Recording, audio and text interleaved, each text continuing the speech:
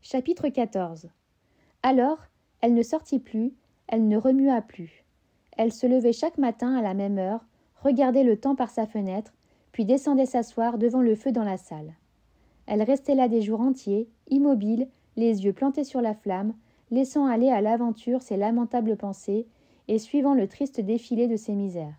Les ténèbres peu à peu envahissaient la petite pièce sans qu'elle eût fait d'autre mouvement que pour remettre du bois au feu. Rosalie alors apportait la lampe et s'écriait « Allons, madame Jeanne, il faut vous secouer ou bien vous n'aurez pas encore faim ce soir. » Elle était souvent poursuivie d'idées fixes qui l'obsédaient et torturée par des préoccupations insignifiantes, les moindres choses dans sa tête malade prenant une importance extrême. Elle revivait surtout dans le passé, dans le vieux passé, hantée par les premiers temps de sa vie et par son voyage de noces là-bas en Corse. Des paysages de cette île, oubliés depuis longtemps, surgissaient soudain devant elle dans les tisons de sa cheminée. Et elle se rappelait tous les détails, tous les petits faits, toutes les figures rencontrées là-bas. La tête du guide, Jean Ravoli, la poursuivait, et elle croyait parfois entendre sa voix. Puis elle songeait aux douces années de l'enfance de Paul, alors qu'il lui faisait repiquer des salades, et qu'elle s'agenouillait dans la terre grasse à côté de tante Lison, rivalisant de soins toutes les deux pour plaire à l'enfant, luttant à celle qui ferait reprendre les jeunes plantes avec le plus d'adresse et obtiendrait le plus d'élèves. Et, tout bas, ses lèvres murmuraient « Poulet, mon petit poulet », comme si elle lui eût parlé. Et, sa rêverie s'arrêtant sur ce mot, elle essayait parfois pendant des heures d'écrire dans le vide, de son doigt tendu, les lettres qui le composaient. Elle les traçait lentement, devant le feu, s'imaginant les voir, puis, croyant s'être trompée, elle recommençait le P d'un bras tremblant de fatigue, s'efforçant de dessiner le nom jusqu'au bout. Puis, quand elle avait fini, elle recommençait. À la fin, elle ne pouvait plus, mêlait tout, modelait d'autres mots, s'énervant jusqu'à la folie. Toutes les manies des solitaires la possédaient. La moindre chose changée de place l'irritait.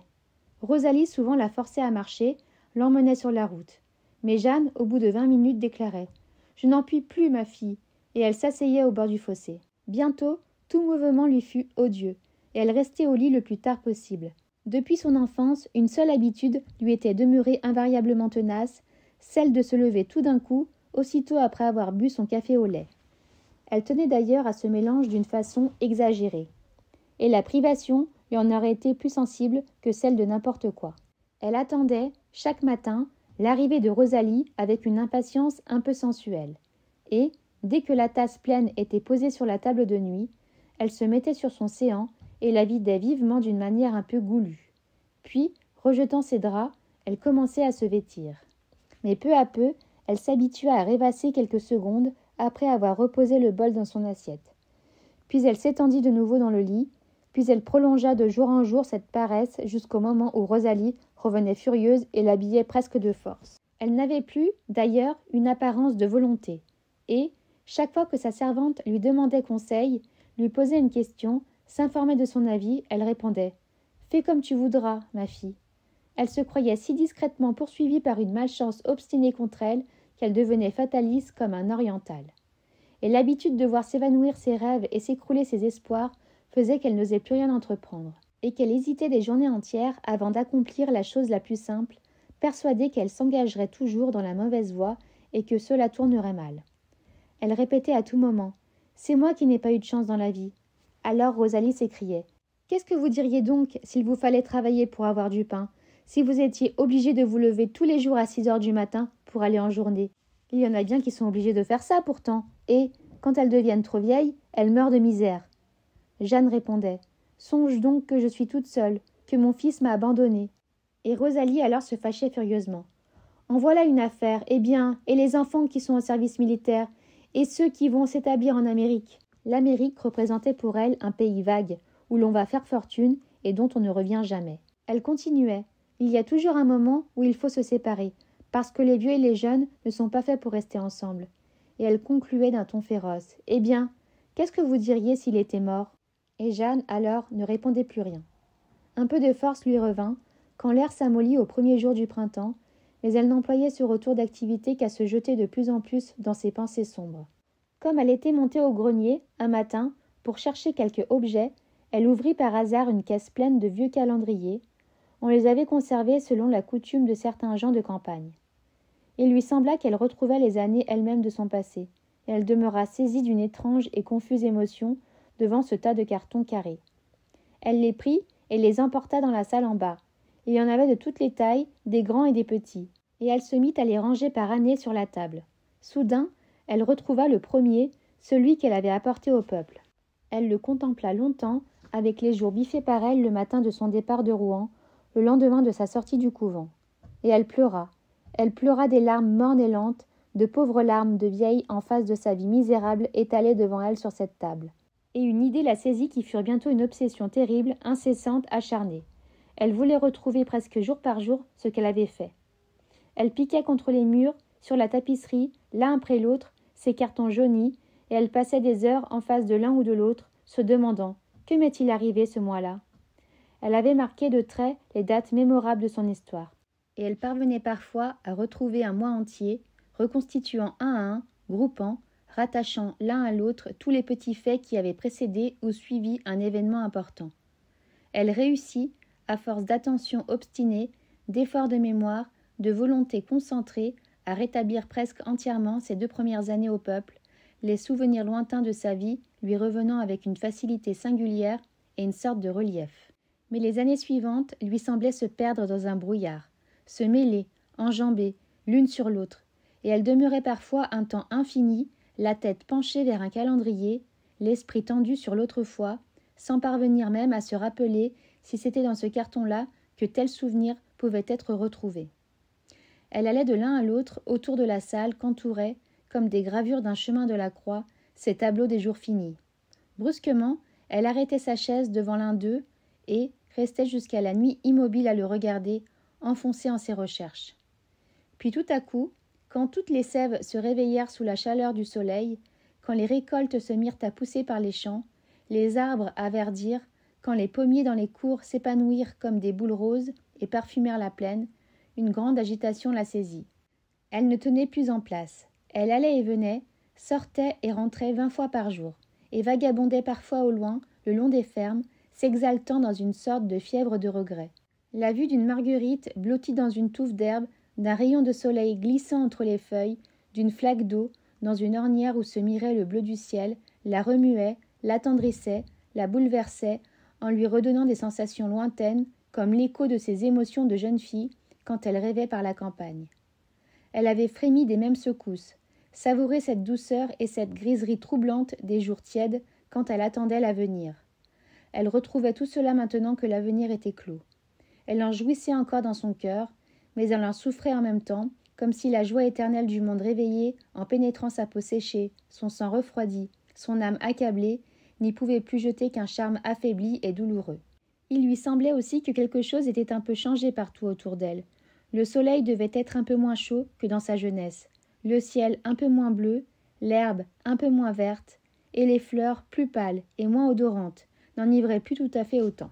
Dans certains jours, cependant, un tel bien-être de vie la pénétrait, qu'elle se reprenait à rêvasser, à espérer, à attendre. Car peut-on, malgré la rigueur acharnée du sort, ne pas espérer toujours quand il fait beau ?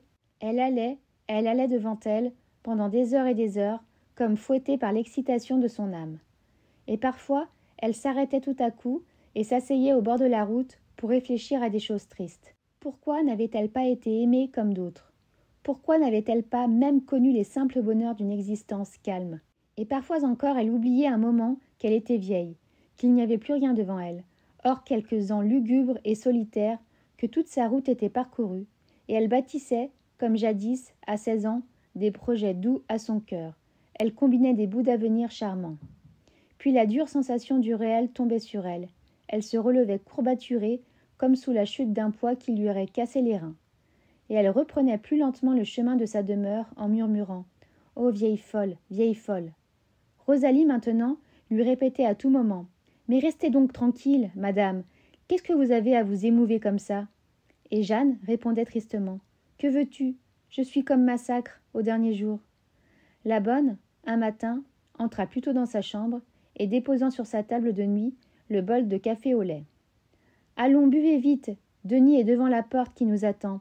Nous allons au peuple, parce que j'ai affaire là-bas. » Jeanne crut qu'elle allait s'évanouir, tant elle se sentit émue. Et elle s'habilla en tremblant d'émotion, effarée et défaillante à la pensée de revoir sa chère maison. Un ciel radieux s'étalait sur le monde, et le bidet, pris de gaieté, faisait parfois un temps de galop. Quand on entra dans la commune d'Étouvent, Jeanne sentit qu'elle respirait avec peine tant sa poitrine palpitait. Et quand elle aperçut les piliers de briques de la barrière, elle dit à voix basse 2 ou 3 fois, et malgré elle, « Oh, oh, oh !» comme devant les choses qui révolutionnent le cœur.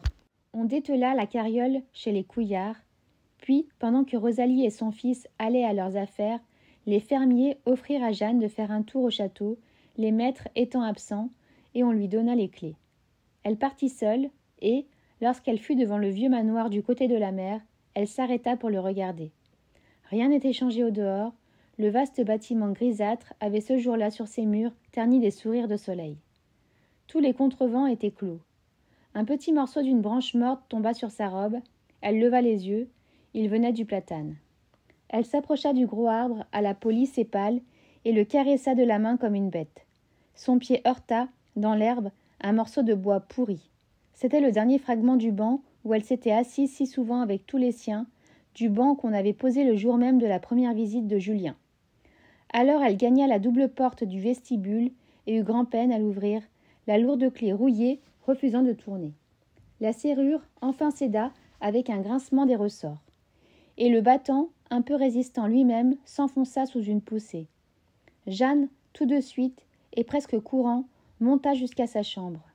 Elle ne la reconnut pas, tapissée d'un papier clair. Mais ayant ouvert une fenêtre, elle demeura remuée jusqu'au fond de sa chair devant tout cet horizon tant aimé, le bosquet, les ormes, la lande et la mer semée de voiles brunes qui semblaient immobiles au loin. Alors, elle se mit à rôder par la grande demeure vide. Elle regardait, sur les murailles, des taches familières à ses yeux. Elle s'arrêta devant un petit trou creusé dans le plâtre par le baron, qui s'amusait souvent, en souvenir de son jeune temps, à faire des armes avec sa canne contre la cloison quand il passait devant cet endroit. Dans la chambre de petite mère, elle retrouva, piquée derrière une porte, dans un coin sombre, auprès du lit, une fine épingle à la tête d'or qu'elle avait enfoncée là autrefois. Elle se le rappelait maintenant, et qu'elle avait, depuis, cherché pendant des années. Personne ne l'avait trouvée. Elle la prit comme une inappréciable relique et la baisa. Elle allait partout, cherchait, reconnaissait des traces presque invisibles dans les tentures des chambres qu'on n'avait point changées, revoyait ces figures bizarres que l'imagination prête souvent au dessin des étoffes, des marbres, aux ombres des plafonds salis par le temps. Elle marchait à pas muets, toute seule dans l'immense château silencieux, comme à travers un cimetière. Toute sa vie gisait là-dedans. Elle descendit au salon, il était sombre derrière ses volets fermés, et elle fut quelque temps avant d'y rien distinguer. Puis, son regard s'habituant à l'obscurité, elle reconnut peu à peu les hautes tapisseries où se promenaient les oiseaux. 2 fauteuils étaient restés devant la cheminée comme si on venait de les quitter. Et l'odeur même de la pièce, une odeur qu'elle avait toujours gardée, comme les êtres ont la leur, une odeur vague, bien reconnaissable, cependant, douce senteur indécise des vieux appartements, pénétrait Jeanne, l'enveloppait de souvenirs, grisait sa mémoire. Elle restait haletante, aspirant cette haleine du passé, et les yeux fixés sur les 2 sièges. Et soudain, dans une brusque hallucination qu'enfanta son idée fixe, elle crut voir, elle vit, comme les avait vus si souvent, son père et sa mère chauffant leurs pieds au feu. Elle recula épouvantée, heurta du dos le bord de la porte, s'y soutint pour ne pas tomber, les yeux toujours tendus sur les fauteuils. La vision avait disparu. Elle demeura éperdue pendant quelques minutes, puis elle reprit lentement la possession d'elle-même et voulut s'enfuir, ayant peur d'être folle. Son regard tomba par hasard sur le lambris auquel elle s'appuyait, et elle aperçut l'échelle de poulet. Toutes les légères marques grimpaient sur la peinture à des intervalles inégaux, et des chiffres tracés au canif indiquaient les âges, les mois et la croissance de son fils. Tantôt c'était l'écriture du baron, plus grande, tantôt la sienne, plus petite, tantôt celle de tante Lison, un peu tremblée. Et il lui sembla que l'enfant d'autrefois était là, devant elle, avec ses cheveux blonds, collant son petit front contre le mur pour qu'on mesurât sa taille. Le baron criait « Jeanne, il a grandi d'1 centimètre depuis 6 semaines !» Elle se mit à baiser le lambris avec une frénésie d'amour. Mais on l'appelait au dehors, c'était la voix de Rosalie. « Madame Jeanne, on vous attend pour déjeuner !» Elle sortit, perdant la tête. et elle ne comprenait plus rien de ce qu'on lui disait. Elle mangea des choses qu'on lui servit, écouta parler sans savoir de quoi, causa sans doute avec les fermières qui s'informaient de sa santé, se laissa embrasser, embrassa elle-même des joues qu'on lui tendait, et elle remonta dans la voiture. Quand elle perdit de vue, à travers les arbres, la haute toiture du château, elle eut dans la poitrine un déchirement horrible. Elle sentait en son cœur qu'elle venait de dire adieu pour toujours à sa maison. On s'en revint à Batteville. Au moment où elle allait rentrer dans sa nouvelle demeure, elle aperçut quelque chose de blanc sous la porte. C'était une lettre que le facteur avait glissée là en son absence. Elle reconnut aussitôt qu'elle venait de Paul et l'ouvrit, tremblant d'angoisse. Il disait « Ma chère maman, je ne t'ai pas écrit plus tôt parce que je ne voulais pas te faire faire à Paris un voyage inutile devant moi-même aller te voir incessamment. Je suis à l'heure présente sous le coup d'un grand malheur et dans une grande difficulté. Ma femme est mourante après avoir accouché d'une petite fille, voici 3 jours, et je n'ai pas le sou. Je ne sais que faire de l'enfant, que ma concierge élève au biberon comme elle peut, mais j'ai peur de la perdre. Ne pourrais-tu t'en charger? Je ne sais absolument que faire, et je n'ai pas d'argent pour la mettre en nourrice. Réponds poste pour poste. Ton fils qui t'aime, Paul. » Jeanne s'affaissa sur une chaise, ayant à peine la force d'appeler Rosalie. Quand la bonne fut là, elles relurent la lettre ensemble, puis demeurèrent silencieuses, l'une en face de l'autre, longtemps. Rosalie, enfin parla. « Je vais aller chercher la petite, moi, madame. On ne peut pas la laisser comme ça. » Jeanne répondit. « Va, ma fille. » Elles se turent encore, puis la bonne reprit. « Mettez votre chapeau, madame, et puis allons à Goderville, chez le notaire. Si l'autre va mourir, il faut que monsieur Paul l'épouse, pour la petite, plus tard. » Et Jeanne, sans répondre un mot, mit son chapeau. Une joie profonde et inavouable inondait son cœur, une joie perfide qu'elle voulait cacher à tout prix, une de ces joies abominables dont on rougit, mais dont on jouit ardemment dans le secret mystérieux de l'âme. La maîtresse de son fils allait mourir. Le notaire donna à la bonne des indications détaillées qu'elle se fit répéter plusieurs fois. Puis, sûre de ne pas commettre d'erreur, elle déclara « Ne craignez rien, je m'en charge maintenant. » Elle partit pour Paris la nuit même. Jeanne passa 2 jours dans un trouble de pensée qui la rendait incapable de réfléchir à rien. Le 3e matin, elle reçut un seul mot de Rosalie annonçant son retour par le train du soir. Rien de plus. Vers 3 heures, elle fit atteler la carriole d'un voisin qui la conduisit à la gare de Beuzeville pour attendre sa servante. Elle restait debout sur le quai, l'œil tendu sur la ligne droite des rails qui fuyaient en se rapprochant là-bas, au bout de l'horizon. De temps en temps, elle regardait l'horloge. Encore 10 minutes, encore 5 minutes, encore 2 minutes. Voici l'heure. Rien n'apparaissait sur la voie lointaine. Puis tout à coup, elle aperçut une tache blanche, une fumée, puis, au-dessous, un point noir qui grandit, accourant à toute vitesse. La grosse machine, enfin, ralentissant sa marche, passa en ronflant devant Jeanne, qui guettait avidement les portières. Plusieurs s'ouvrirent, des gens descendaient, des paysans en blouse, des fermières avec des paniers, des petits bourgeois en chapeau mou. Enfin, elle aperçut Rosalie, qui portait en ses bras une sorte de paquet de linge. Elle voulut aller vers elle, mais elle craignait de tomber tant ses jambes étaient devenues molles. Sa bonne, l'ayant vue, la rejoignit avec son air calme ordinaire, et elle dit « Bonjour, madame, me voilà revenue. C'est pas sans peine. » Jeanne balbutia. « Eh bien ?» Rosalie répondit. « Eh bien, elle est morte cette nuit. Ils sont mariés. Voilà la petite. » Et elle tendit l'enfant qu'on ne voyait point dans ses linges. Jeanne la reçut machinalement, et elles sortirent de la gare, puis montèrent dans la voiture. Rosalie reprit. « Monsieur Paul viendra dès l'enterrement fini. Demain, à la même heure, faut croire. » Jeanne murmura « Paul !» et n'ajouta rien. Le soleil baissait vers l'horizon, inondant de clarté les plaines verdoyantes, tachées de place en place par l'or des colzas en fleurs et par le sang des coquelicots.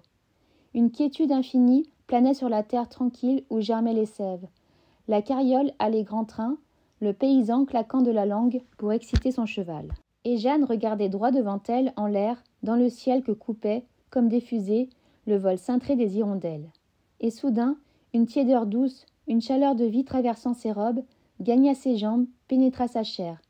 C'était la chaleur du petit être qui dormait sur ses genoux. Alors une émotion infinie l'envahit.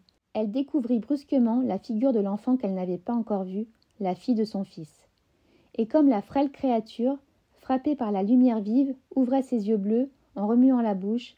Jeanne se mit à l'embrasser furieusement, la soulevant dans ses bras, la criblant de baisers. Mais Rosalie, contente et bourrue, l'arrêta. « Voyons, voyons, madame Jeanne, finissez, vous allez la faire crier. » Puis elle ajouta, répondant sans doute à sa propre pensée. « La vie, voyez-vous, ça n'est jamais si bon ni si mauvais qu'on croit. »